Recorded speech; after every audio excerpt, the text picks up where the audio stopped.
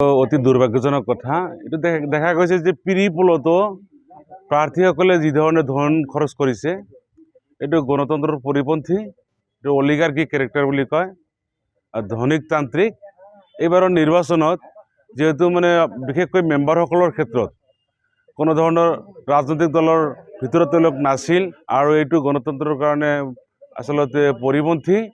আৰু মানে after result post ৰিজাল্টত যেটা দেখা গৈছে যে বিভিন্ন ঠাইত বিভিন্ন ধৰণৰ হৰ্চ ট্ৰেডিং আৰম্ভ হৈছে।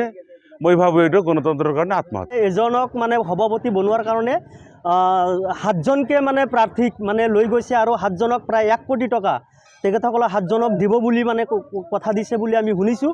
গতিকে এইটো লাচাংগা জিপি আৰু বলাইপাথাৰ জিপি আৰু এইফালে আপোনাৰ চিগনি জিপি আৰু কলগাছিয়া জিপি, এই জিপিসমূহত যদি আপোনালোকে 1 কোটি টকা দি যদি এজন মেম্বাৰে যদি সভাপতি হয়, সেই সভাপতিজনে পঞ্চায়তৰ কি উন্নয়ন কৰিব? তেখেতে নিজৰ যিখিনি মানে টকা মানে খৰচ কৰি সভাপতি হ'ল সেইখিনি উঠাব না পঞ্চায়তৰ কাম কৰিব না ৰাইজৰ কাম কৰিব? গতিকে এইটো ডাঙৰ এটা প্ৰশ্ন হৈ ৰৈছে।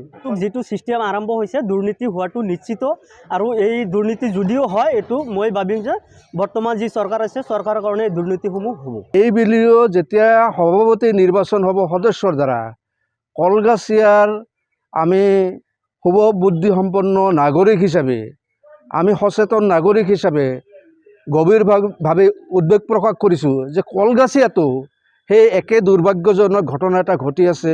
সদস্যসকলক লৈ ভাবি সভাপতি, যিজনে সভাপতি হ'ব বিচাৰিছে, তেওঁ সদস্যসকলক লৈ কোনোবা হোটেলত মানে আত্মগোপন কৰিছে বুলি খবৰ ওলাইছে।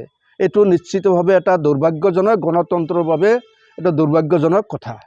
এজন সদস্য 8 নম্বৰ খণ্ডৰ, নামটো মই পাহৰিলোঁ এতিয়া, 8 নম্বৰ খণ্ডৰ যিজন সদস্য আছিল তেখেতে এই কামটো কৰিছে। এয়া খুব দুৰ্ভাগ্যজনক। এয়া হৰ্চ ট্ৰেডিং কেৱল এই পঞ্চায়ত নিৰ্বাচনতো নহয়, ইয়াত আগতেও ৰাষ্ট্ৰপতি নিৰ্বাচনতো আমি চাইছোঁ, তাৰপিছত ৰাজ্যসভাৰ নিৰ্বাচনতো আমি চাইছোঁ। এয়া হিমন্ত বিশ্ব শৰ্মাৰ এই জন্ম হৰ্চ ট্ৰেডিং, গতিকে তেওঁৰে প্ৰতিফলন। গতিকে আমি লক্ষ্য কৰিছোঁ যে পঞ্চায়তৰ যি সদস্যবিলাক তেওঁলোকক কোনো দলৰ অনুগত হৈ তেওঁলোকে নিৰ্বাচন খেলা নাই। গতিকে 5ৰ পৰা 8 লাখ 10 লাখ টকালৈকে খৰচ কৰিছে তেওঁলোকে প্ৰতিনিধি হোৱাৰ কাৰণে। গতিকে এইবাৰ তেওঁলোকে চান্স লৈছে পইচা উঠাব।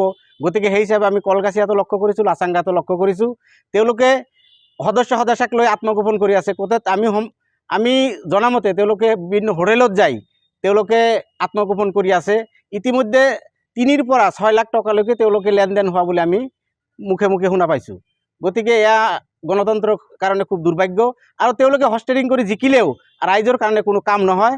এয়া গণতন্ত্ৰৰ কাৰণে দুৰ্ভাগ্যজনক। যিকোনো খবৰৰ বাবে যোগাযোগ কৰক 7099017330 লগতে 7099017110 নম্বৰত।